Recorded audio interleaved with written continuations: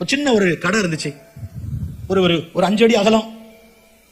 அது டீ கடை நினைச்சு அந்த கடையை பார்த்து, ஒரு டீ கடையா இருக்கும்னு நினைச்சு எட்டி பார்த்தா உள்ள ஒரு ஐயா நிக்கிறாரு. ஒரு சகப்பு ஷர்ட், சகப்பு வேஷ்டி கட்டி இருக்கிறாரு. அவரை பார்த்தா சாமியார் மாதிரி இருந்துச்சு. அவரை பார்த்தோன்னு உள்ள கடையை பார்த்தா நிறைய பக்தினால போட்டோ வச்சிருந்தாரு. சின்ன கடை, இந்த பிஸ்கட் இதெல்லாம் வச்சிருக்காரு, டீ கடை இல்ல. அப்ப நம்ம பார்த்தவொடனே கேட்டேன், ஐயா இது ஒரு டீ கடையா இருக்கும்னு நினைச்சு வந்தேன். ஆனா கடையை பார்த்தா கோயில் மாதிரி இருக்கு ஐயா, உங்களுக்கு உண்மையிலே பக்தி அதிகம் தான் ஐயா, ரொம்ப சந்தோஷம் ஐயான்னு சொன்னேன். அப்படித்தானே ஒரு ஆள்கிட்ட பேச முடியும்? என்ன சொல்றீங்க? ஒரு அல்லையில சொல்லுங்க.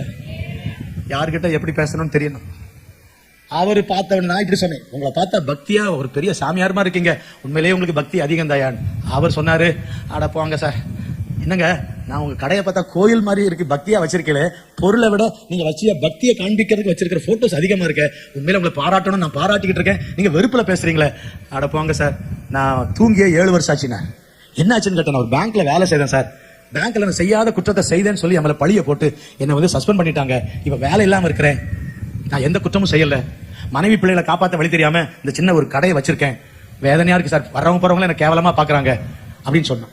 அவரோட சொன்ன உடனே சொன்னேன், பயப்படாதீங்க, உங்க வாழ்க்கையை மாத்துறதுக்கு ஒருத்தர் இருக்காரு, பைத்தியம் பிடிச்ச எங்க அப்பாவை இயேசு சுகமாக்குனாரு, உங்களுக்கு ஒரு அற்புதம் செய்வார். உடனே சொல்லிட்டேன், எங்க அப்பாவை இயேசு உங்களுக்கு அற்புதம் செய்வாரு. அப்படியா, செய்வாரா? என் கஷ்டம் மாத்துவாரா?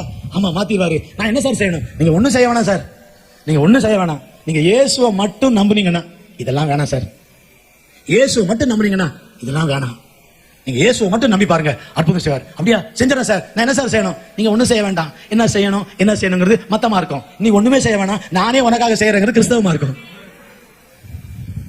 அப்புறம் சொன்னேன், மணி இப்போ ஒரு 6:45 ஆகுது, நான் 2 வீட்டுக்கு ஜோம் பண்ண போறேன், போயிட்டு வரேன், நீங்க எத்தனை மணிக்கு கடை மூடுவீங்கன்னு கேட்டேன். நான் ஒரு 8 மணிக்கு மூடுவேன், நான் உங்க வீட்டுக்கு வந்து ஜோம் பண்றேன், வரட்டுமானே? அங்க சார் வந்துருங்க சார் அப்படின்னு சொன்னாரு. நான் வரேன், ரெடியா இருங்க, உங்க வீட்டுல வந்து ஜோம் பண்றேன். நானும் போயிட்டு 2 வீடு விசுவாசி சந்திச்சுட்டு ஒரு 7:45 வரை கடையை க்ளோஸ் பண்றதுக்கு நிக்கிறாரு.